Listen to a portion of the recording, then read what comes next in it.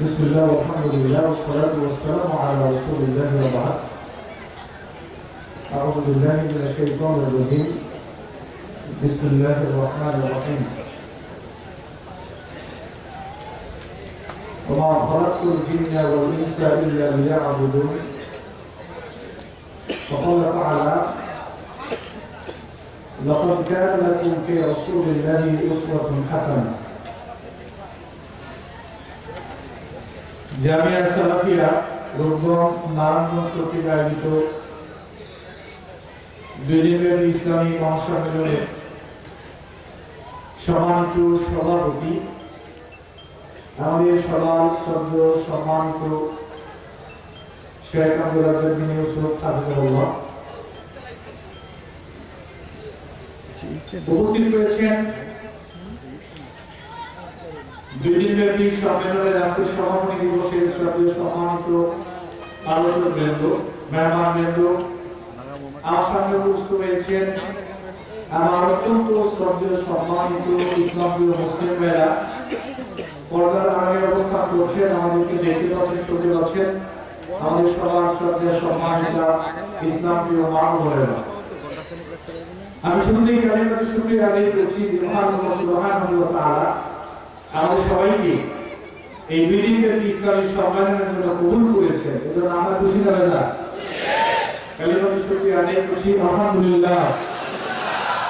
দরুদ ও সালাম পেশ করছি বিশ্বনবী মুহাম্মদ রাসূলুল্লাহ সাল্লাল্লাহু আলাইহি ওয়াসাল্লামের প্রতি। আসলে আমি বক্তব্য দেওয়ার জন্য আসিনি,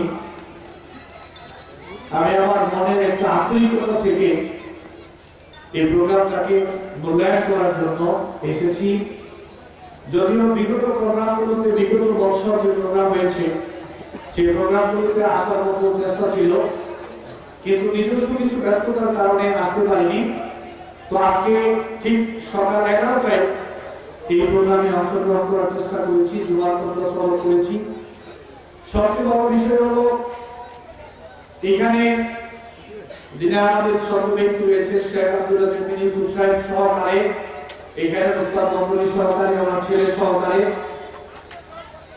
আমার মনের ভিতরে সবচেয়ে বেশি আবেগ কাজ করেছে সারা বাংলাদেশ থেকে এইখানে যে মানুষগুলো আসবে, হয়তো অনেকেই অনলাইনের বদৌলতে, অনলাইনের বরকতে আল্লাহ সুবহানাহু ওয়া তাআলা আমাদেরকে কাজ করার সুযোগ করে দিয়েছেন। হয়তো কম বেশি অনেকে আমাদেরকে চিনে আমাদের জন্য দোয়া করে, কিন্তু সবার সাথে ফেস টু ফেস সাক্ষাৎ হওয়া, দেখা হওয়া, এইটা যে কত একটা বড় আন্তরিকতার বিষয়। আমি মনে মনে চিন্তা করেছি কখন জামিয়া সালাফিয়া মাহফিলে যাব আর আপনাদের সাথে আমার দেখা হবে।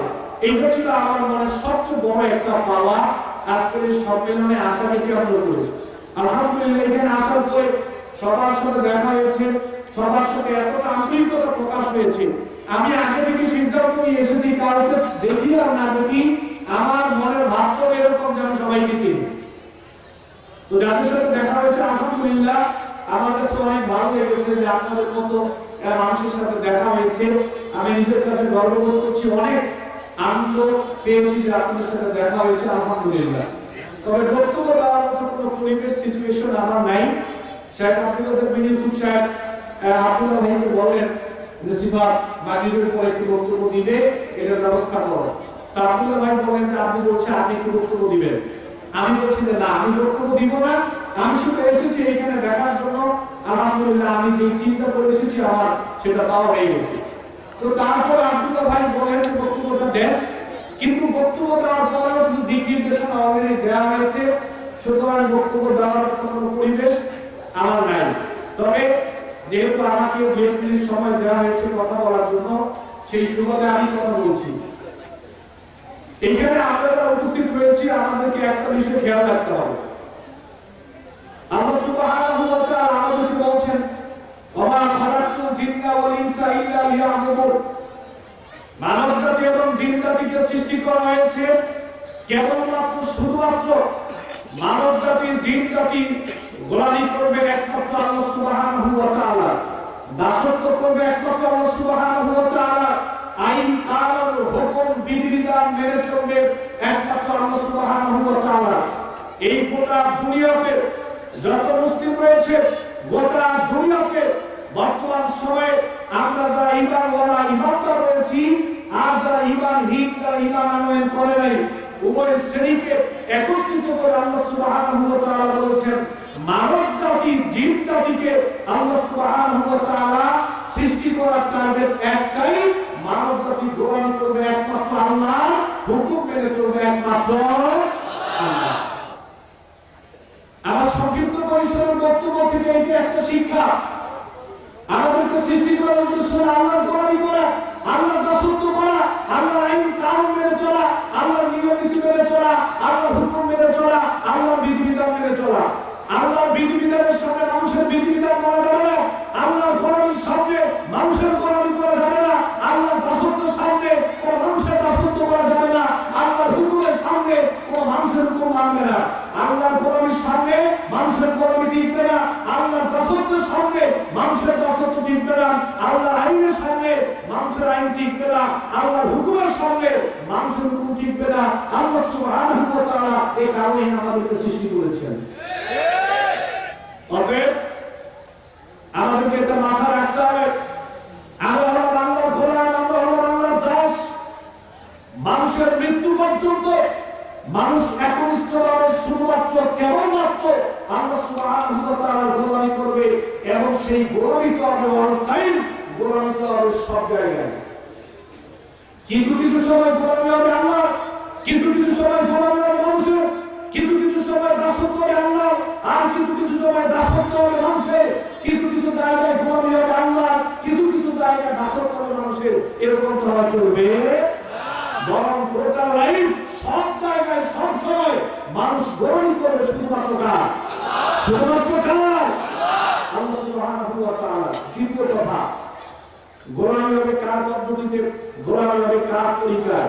আল্লাহ সুবহানাহু ওয়া তাআলা বলেন লাকাদ কানা লাকুম ফি রাসূলিল্লাহি উসওয়াতুন হাসানাহ, তোমাদের জন্য উত্তম আদর্শ, তোমাদের জন্য মহত্তম আদর্শ, তোমাদের জন্য মডেল হবেন বিশ্বনবী মুহাম্মদ রাসূলুল্লাহ সাল্লাল্লাহু আলাইহি ওয়াসাল্লাম। আল্লাহ সুবহানাহু ওয়া তাআলার হাবিব আল্লাহ নবী যেভাবে আল্লাহ সুবহানাহু ওয়া তাআলার গোলামি করেছেন, দাসত্ব করেছেন, আল্লাহর নবীকে আল্লাহ রাব্বুল আলামিন দুনিয়াতে পাঠিয়ে ওটা প্রমাণ করে দিয়ে প্র্যাকটিক্যাল লাইফে ওটা দেখিয়ে দিয়েছেন মানুষ গোলামি আল্লাহ রাব্বুল আলামিনের কিভাবে করবে, মানুষ গোলামি আল্লাহ কতক্ষণ করবে, আল্লাহর গোলামি মানুষ কয় জায়গায় করবে, কিভাবে করবে, কতক্ষণ করবে, মানুষ আল্লাহর দাসত্ব কিভাবে করবে, আল্লাহর নবীকে দিয়ে সেটা বাস্তবিক ক্ষেত্রে আল্লাহর নবী প্রয়োগ করে আমাদেরকে দেখিয়ে দিয়েছেন। এই জন্য বলা হলো লাকাদ কানা লাকুম ফি রাসূলিল্লাহি উসওয়াতুন হাসানাহ। আমরা আল্লাহর গোলামি কতক্ষণ করব, আমরা আল্লাহর গোলামি কোন কোন জায়গায় করব, আমরা আল্লাহর গোলামি কয় কয় ক্ষেত্রে করব, কতটা ক্ষেত্রে আল্লাহর গোলামি চলবে, কোন কোন সেক্টরে আল্লাহর গোলামি চলবে এবং কিভাবে আল্লাহর গোলামি চলবে, কিভাবে আল্লাহর গোলামি করতে হবে, কিভাবে আল্লাহর দাসত্ব করতে হবে, কিভাবে আল্লাহর ইবাদত করতে হবে, কিভাবে আল্লাহর হুকুম মেনে চলতে হবে। এই জন্য আল্লাহর নবীকে আল্লাহ সুবহানাহু ওয়া তাআলা আদর্শ করে আমাদের জন্য পাঠিয়েছেন। তাহলে ইবাদত হবে এক আল্লাহ, দাসত্ব হবে এক আল্লাহ, গোলামি হবে এক আল্লাহ, আর সেই এক আল্লাহর গোলামি করতে হবে আল্লাহর নবী যেভাবে করে দেখিয়ে দিয়েছেন। আল্লাহর নবী যেভাবে যেই জায়গায় যতটা সময় আল্লাহর গোলামি করেছেন, যেভাবে করেছেন, আমাদেরকে ঠিক ততটা জায়গায় ঠিক ওইভাবে আল্লাহর গোলামি করা লাগবে। মানুষের জন্য তরিকা হলো একটা, মানুষের জন্য আদর্শ একজন, মানুষের জন্য চেতনা নেওয়ার জায়গা একটা।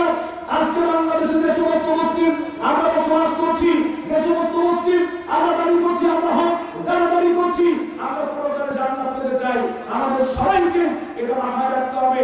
তরিকা হবে শুধু আল্লাহর নবীর, আদর্শ হবে শুধু একজন, চেতনা হবে শুধুমাত্র মুহাম্মদ রাসূলুল্লাহ সাল্লাল্লাহু আলাইহি ওয়াসাল্লাম। নিজেকে হক দাবি করলাম, তরিকা বানালে মানুষের, নিজেকে হক দাবি করলাম, আদর্শ হিসেবে গ্রহণ করলাম মানুষকে, নিজেকে হক দাবি করলাম, চেতনাই আর মানব রচিত মানুষ থেকে আমি যতই দাবি করি না কেন আমি ইমানদার, মানব রচিত আদর্শ, মানুষের আদর্শ, মানুষের চেতনা, মানুষের তরিকা, মানুষের ইবাদতের পদ্ধতি যদি গ্রহণ করি, আমি সারা জীবন যদি দাবি করি হক, এটা আমার কাছে টিকবে না।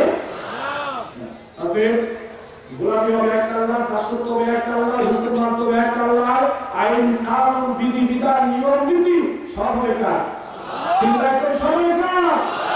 আল্লাহ। আর তরিকা হবে মুহাম্মদ রাসূলুল্লাহ সাল্লাল্লাহু আলাইহি ওয়াসাল্লামের আদর্শ হবে আল্লাহর নবী, আদর্শিকতা হবে আল্লাহর নবী, চেতনা নিতে হবে মুহাম্মদ রাসূলুল্লাহ সাল্লাল্লাহু আলাইহি ওয়াসাল্লাম থেকে। তিনি ওনার গোটা জীবনকে যেভাবে সজ্জায়ন করেছেন, গোটা লাইফটাকে যিনি যেভাবে সজ্জায়ন করেছেন, আমরা সেভাবেই আমাদের লাইফকে সজ্জায়ন করার চেষ্টা করব। আল্লাহ সুবহানাহু ওয়া তাআলা আমাদের সবাইকে তৌফিক দান করুন, আমিন। ধন্যবাদ জানাচ্ছি জামিয়া সালাফিয়া কর্তৃপক্ষকে, বিশেষ করে শায়েখ ইউসুফ সাহেব, আমার ছেলে এবং আরো যারা কর্তৃপক্ষ রয়েছেন আমাকে এখানে কথা বলার সুযোগ করে দিয়েছেন, কৃতজ্ঞতা প্রকাশ করছি। এবং সবাইকে ধন্যবাদ জানাচ্ছি যারা এখানে উপস্থিত হয়েছেন। এই মাদ্রাসার জন্য দোয়া করছি, জামিয়া সালাফিয়া রূপগঞ্জ, নারায়ণগঞ্জ, জামিয়া সালাফিয়া তারপরে রাজশাহী, দুইটা প্রতিষ্ঠানের জন্য দোয়া করছি। এইরকম আরো যত প্রতিষ্ঠান আছে সকল প্রতিষ্ঠানের জন্য দোয়া করছি।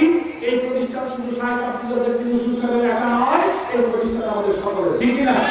এই প্রতিষ্ঠান আমাদের সকলের, আমাদের সবাই প্রতিষ্ঠানের প্রতি দায় দায়িত্ব রয়েছে। আমরা সবাই এই প্রতিষ্ঠানের কল্যাণ কামনা করি, যে যেখানেই থাকি না কেন এই প্রতিষ্ঠানের সার্বিক সহযোগিতা করব, প্রতিষ্ঠানের কল্যাণে দোয়া করবো, খেদমত করে যাওয়ার চেষ্টা করবো। আল্লাহ সুবহানাহু ওয়া তাআলা আমাদের সবাইকে তৌফিক দান করুন, আমিন। ওয়া আল্লাহ আলহামদুলিল্লাহি রাব্বিল আলামিন।